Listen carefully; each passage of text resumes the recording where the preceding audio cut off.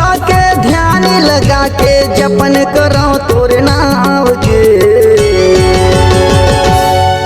हे शीतला दाई मोर गाँव के, हे शीतला दाई लिम छाँव के। हे शीतला दाई मोर गाँव के, हे शीतला दाई लिम छाँव के। मन में बसा के ध्यान लगा के मैया वो, मन में बसा के ध्यान लगा के जपन करो तोर नाम के। हे शीतला दाई मोर गाँव के, हे शीतला दाई लिम छाँव के। हे शीतला दाई मोर गाँव के, हे शीतला दाई लिम छाँव के।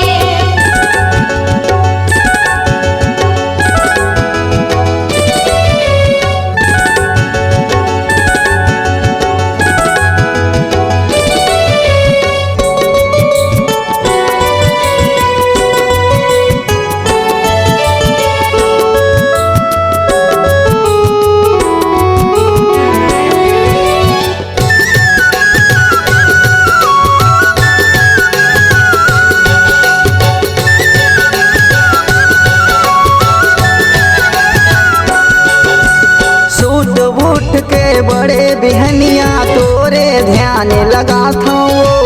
पहली नहाथ में हर मैया फिर तोला नौहा था वो। तेरे तोला नौ हाथों वो, तेरे तोला नौ हाथों वो। अगर कपूर के आरती साजे चरणन माथ नवा था वो। तोरे अंगना मानी सो दिन दाई तरस करे बरया था वो। तरस करे बर आता वो, तरस करे बर आता वो। चलत लसासा रही तोरे आशाए मैया वो। चलत लसासा रही तोरे आशा पाँव आशीष तोर पाँव के। हे शीतला दाई मोर गाँव के, हे शीतला दाई लिम छाँव के। हे शीतला दाई मोर गाँव के, हे शीतला दाई लिम छाँव के।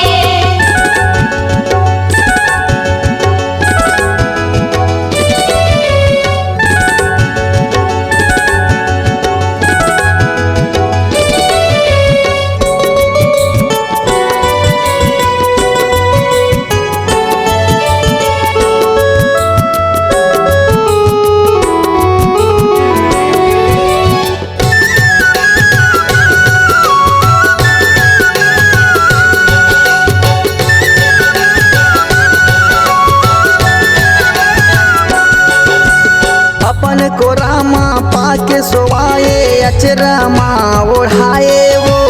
अंगरील धर के मोला रेंगाए गिरे हो तलौहा उठाए वो। गिरे ओ तलौहा उठाए वो, गिरे ओ तलौहा उठाए वो। बोल बोल के बोली सिखोए हंस के मोला हंसाए वो। गिरे हपटे माँ लगे कहूँ मोला तीरा तोला जनाए वो। वीरा तोला जनाए वो, वीरा तोला जनाए वो। जीव हकलप गे नैना छलक गे मैया वो। जीव हकलप गे नैना छलक गे देख दशा मोर घाव के। हे शीतला दाई मोर गाँव के, हे शीतला दाई लिम छाँव के। हे शीतला दाई मोर गाँव के, हे शीतला दाई लिम छाँव के।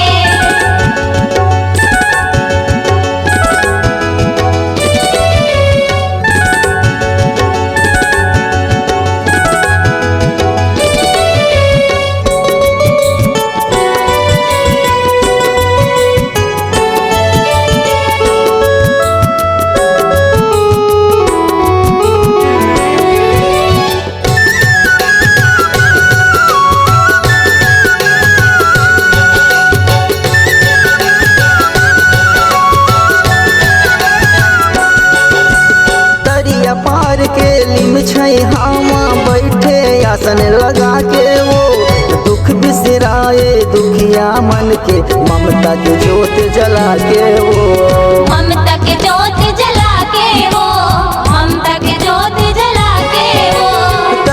भगत चंदेरी गाँव के महिमा जस तोर गा के वो संतोष तरही गावत बजावत मोहनी कलम चला के वो मोहनी कलम चला के वो मोहनी कलम चला के वो तारे लतरनी संकट हरनी मैया हो तारे लतरनी संकट हरनी काया मिले माँ चलाव के हे शीतला दाई मोर गाँव के हे शीतला दाई लिम छाँव के हे शीतला दाई मोर गाँव के हे शीतला दाई लिम छाँव के मन में बसा के ध्यान लगा के मैया हो मन में बसा के ध्यान लगा के जपन करो तोर नाव के हे शीतला दाई मोर गाँव के हे शीतला दाई लिम छाँव के हे शीतला दाई मोर गाँव के हे शीतला दाई लिम छाँव के हे शीतला दाई मोर गाँव के हे शीतला दाई लिम छाँव के हे शीतला दाई मोर गाँव के हे शीतला दाई लिम छाँव के हे शीतला दाई मोर गाँव के हे शीतला दाई लिम छाँव के। अगर आप अपनी आवाज को एक नया आयाम देना चाहते हैं तो चले आइए मल्टी ट्रैक डिजिटल रिकॉर्डिंग के लिए संपर्क करें HK म्यूजिक कंपनी कोटा डबरी चांपा छत्तीसगढ़। मोबाइल नंबर है 9329238487 और 8085380339।